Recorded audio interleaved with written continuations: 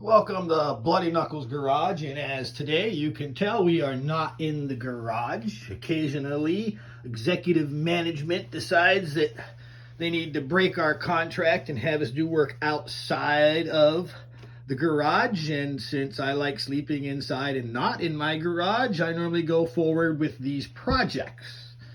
Now, today, executive management has wanted me to put handles on the drawers.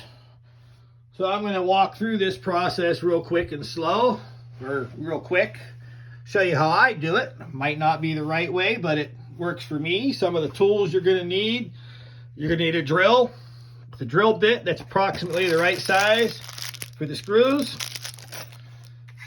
You're going to need a straight edge. I'm using a drafting tee, but just a warning, you can't cheat with this because this is not actually a perfect square most of the time on these things. I'm not going to get into how we use it for drafting and how we get things square right now because this is not a drafting class. Another thing is a tape measure. I like to use a folding rule also. It's a little bit handier than a tape measure occasionally. A pencil. You may need a larger drill bit, and I'll show you what that's all about at a later time. Now, the first thing you're going to find is you're going to want to figure out the distance between the center of the screw to the center of the screw. Now, most of the time, the box describes this, and mine said it was 4 inches, and I measured it, and it's about a 32nd over 4 inches, but that's nothing major to worry about. Now, I get to the drawer, and the first thing I do is I put a piece of tape down each side, and then I mark the center of the drawer. Now, for this particular project, executive management wanted the handles in the very center of each of the drawers. Sometimes they want them at the exact same height going down. So down here on this wide bottom, the actual handle might be up here instead of down here. But for this particular one, executive management wanted it in the center. So back to this, I've marked them. You can see I use arrows. Now the arrowhead actually points to the mark on the tape measure that I wanted to use.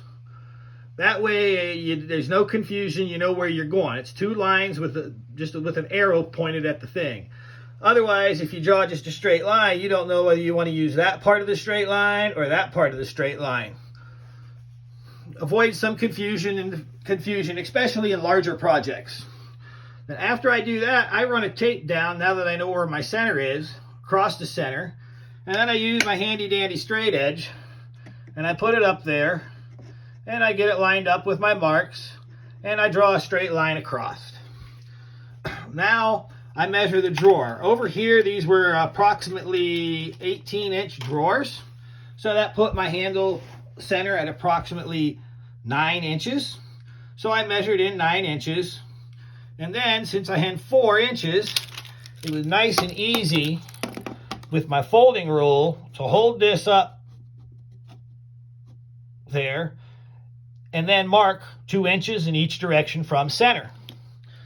Now you could do that with a tape measure, but one thing you want to watch out for is if this clip on the end of a tape measure starts to wiggle and get loose, you can't use this clip for accurate measurement because it might actually be slipping by a 1/16 of an inch or so, and then all your measurements would be off by that amount. Now, you might be able to see it here, but here I took a screw and I just put it up here on this mark and I tapped it with the hammer. That makes sure my drill bit doesn't walk. So, once I've done that, I drill my holes. Now that the holes are drilled, you can get rid of all this tape. It's no longer needed. And you put your screws in and you mount your handles. Now, sometimes the screws don't come out far enough. So, if that's the case, I thought that was going to be the case here since I had double wood, but the screws are actually pretty long, the secondary screws they have, and they come out, and I get about 4 good threads worth of engagement, which is plenty. But since I was thinking about it, I used that bigger drill bit and I kind of countersunk the holes so that I could get more thread out. Now, as I said, I realized I don't need that. And so I'm not doing that down here. They're just right there. It's got good grip. That should work fine.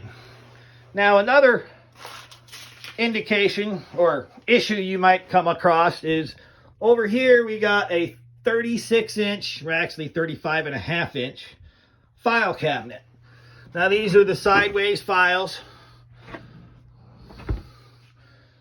So, executive management wanted 2 handles on these. Now, their idea was to split it into thirds and put it right up there. I can't get a good distance here. Put it right up there. Now, I didn't like that. So I'm thinking, moving it out, I split it in half and then actually did quarters. And that's where I'm going to end up with. Now, whenever you're making design changes like this, it's best to get executive buy-in. So as you can tell, I've got the marks there, but I haven't punched little pilot holes for my drill bit. Then at the bottom, I'm being a little bit over optimistic that executive management will like my idea the best. So I've kind of marked it out, but again, I have not punched the holes. Once executive management gets a chance to look at this and give me their direction one way or the other, I will punch the holes and drill this one and mount the handles just like the other ones. Now, whenever you're working in the house, there's another tool that is extremely important that you have. It's called a shop vac. Now, with all this drilling of wood and stuff, I'm putting wood chips down and I'm vacuuming up the wood chips as I go. And then also over here, as you can tell, I probably had a lot of wood in here. I used the shop vac and vacuumed that all out. If you don't do this, you're going to be in trouble with executive management again. So, if you're trying to put handles on kitchen cabinets, office cabinets, whatever, that's how I do it for drawers. I don't have any doors for like a pantry or anything to do right now, but if I do, I'll probably put a video up of that later. Have a good one.